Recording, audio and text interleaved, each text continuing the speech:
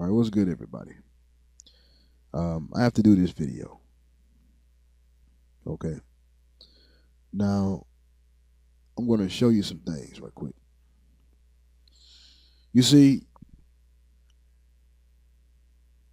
when it comes to learning, I'm going to use for my example languages, but this applies to all things.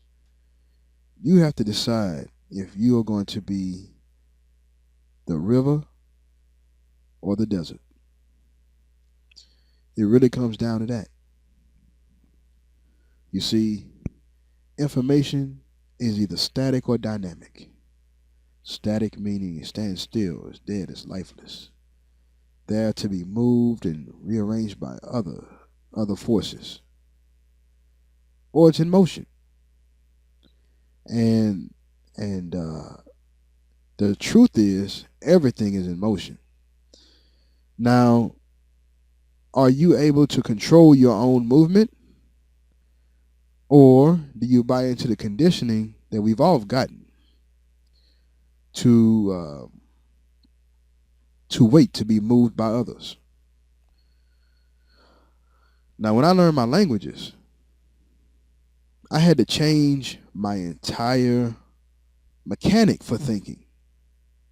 You see, I was taught that if I stacked long enough, if I just stacked enough information just long enough, then I would become fluent in that information.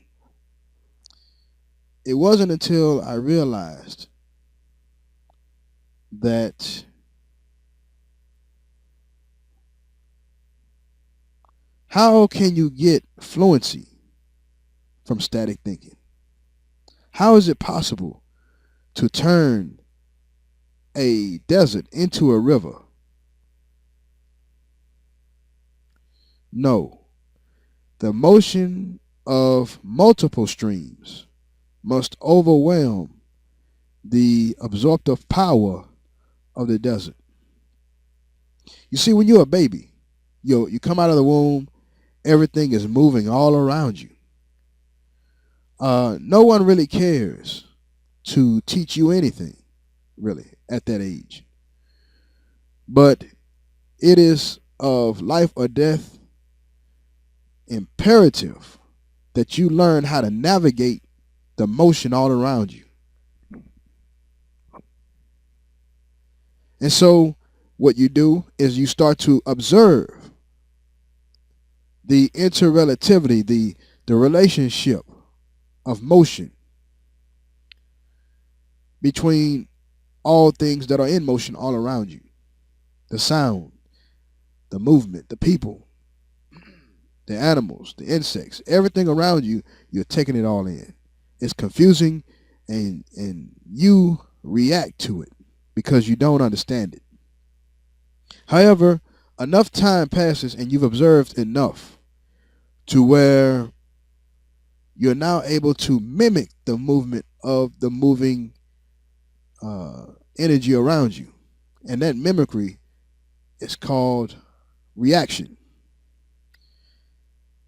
Eventually, you become so good at reacting to it that you're able to control your own movement.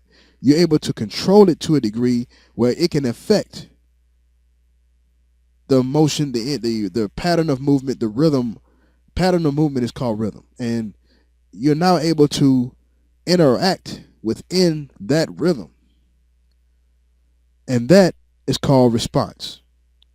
Then you become so good at responding that you don't even have to consciously think anymore. Your response is now, it moves at an electrical pace. And that is called fluency. So when you learned your first language, you went through that process I just described. But when you go to school,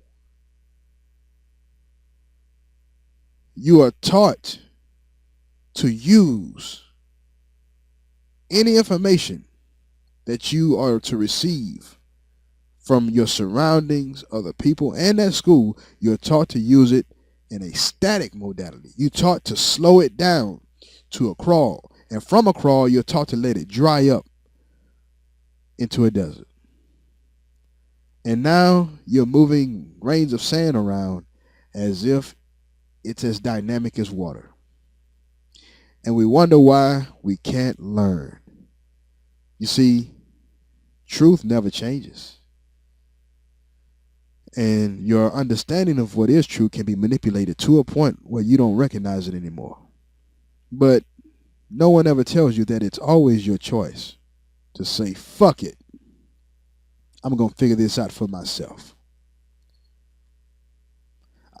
You know how powerful truth teaches? All you have to do is act to it, and it will show you what it is. You see, it's going to always act in correct and in pinpoint, precise response to your action. So you inform your action via what you understand, and then you test that understanding by putting it into an act and doing it. And the result of that will show you the result of the act. You adjust from there. Either you adjust what you understand, or you adjust how you perform your act, and you do it again. And you do it again. And you do it again. You go through the same process you did as a baby again until you reach that electrical impulse fluency. I've given you a lot to think on in these few minutes, but I just had to put it out there. Okay, back to more videos regarding languages. Peace.